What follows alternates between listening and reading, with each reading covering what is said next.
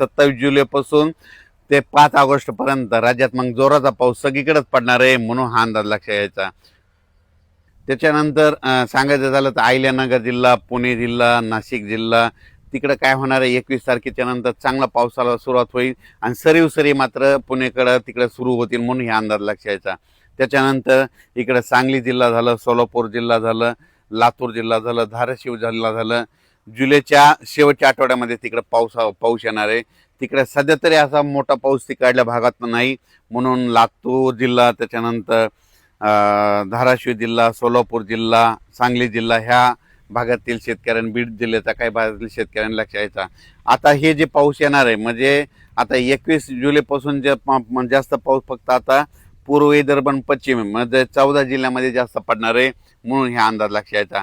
त्याच्यानंतर यात्रा परतल्याच्या नंतर मात्र महाराष्ट्रामध्ये सगळीकडे जोराचा पाऊस पडणार आहे, म्हणून हा अंदाज लक्षात यायचा. म्हणजे 27 जुलैच्या नंतर राज्यात मग 27 जुलै ते 5 ऑगस्टच्या दरम्यान मग राज्यात सगळीकडे जोराचा पाऊस राहील, म्हणून हा अंदाज लक्षात घ्यायचा.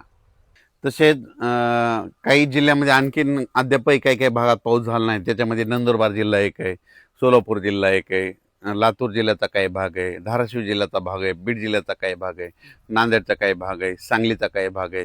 त्या भागात मात्र 21 जुलैपासून ते 5 जुलैच्या दरम्यान तिकडं देखील दररोज वेगवेगळ्या भाग 21 जुलै ते 5 ऑगस्टच्या दरम्यान तिकडं देखील त्या भागात पाऊस पडेल आणि त्यांच्या देखील पेरण्या होणार आहेत, म्हणून हा अंदाज लक्षात यायचा.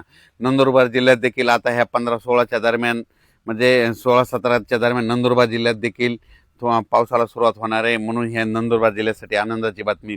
राज्यात मात्र 15 जुलै, 16, 17, 18ला विखुरलेल्या स्वरूपात भाग बदलत पाऊस पडणार आहे. सर्वदूर पडणार नाही, फक्त पाऊस सुरू होणार, एकदम असा बंद पडणार नाही, म्हणून हे अंदाज खास करून अंदाज दिलेला आहे. कारण की प्रसारमाध्यमातून खंड असा शब्द वापरला. तुम्हाला सांगू इच्छितो एकदम खंड म्हणजे की सगळा पाऊस बंद असतो, तसं काही होणार नाही. 15, 16, 17, 18च्या दरम्यान राज्यात परत पाऊस थोडाफार सुरुवात होणार आहे. त्याच्यानंतर काय होणार, 21 जुलैपासून ते 5 ऑगस्टच्या दरम्यान राज्यात पुन्हा पाऊस चांगला सक्रिय होणार आहे. 2 चक्रीवादळ येणार आहेत. एक पहिलं चक्रीवादळ येईल, ते काय होईल, ते गडचिरोलीकडून पूर्व विदर्भातून लगेच असं पूर्व विदर्भाकडून पश्चिमी विदर्भात जाईल, पश्चिमी विदर्भाकडून उत्तर महाराष्ट्राकडे जाईल, उत्तर महाराष्ट्राकडून गुजरातकडे जाऊन धुमाकूळ घालेल. पण ते जात असताना काय होईल, महाराष्ट्रात मात्र पाऊस पडेल, म्हणून हे लक्षात यायचं. काही भागात रिमझिम पडेल, काही ठिकाणी जोरात पडेल, म्हणून येते 21 जुलै ते 23-24 पर्यंत त्याचा असर राहील. त्याच्यानंतर परत एकदा पुन्हा एक आणखीन पाठीमागून एक लो प्रेशर तयार होईल आणि त्याचा पाऊस पुन्हा काय होईल, 27 जुलैच्या नंतर ते 27 जुलै ते 5 ऑगस्टच्या दरम्यान ते पाऊस येईल, म्हणून हे अंदाज लक्षात यायचा. राज्यात एकदम सगळीकडे पाऊस असा बंद काय होणार नाही. राज्यात फक्त 4 दिवस म्हणजे आज 11, 12, 13, 14 पर्यंत राज्यात चांगलं उन्हाची तीव्रता वाढेल आणि आता वारं जोरात सुटेल, म्हणून हा अंदाज लक्षात घ्यायचा. त्या भागात अद्यापही पाऊस झाला नाही, त्या भागात मात्र 21 जुलै ते 5 ऑगस्टच्या दरम्यान पाऊस पडेल आणि त्यांची देखील पेरण्या होतील, म्हणून हा अंदाज शेतकऱ्यांनी लक्षात घ्यायचा.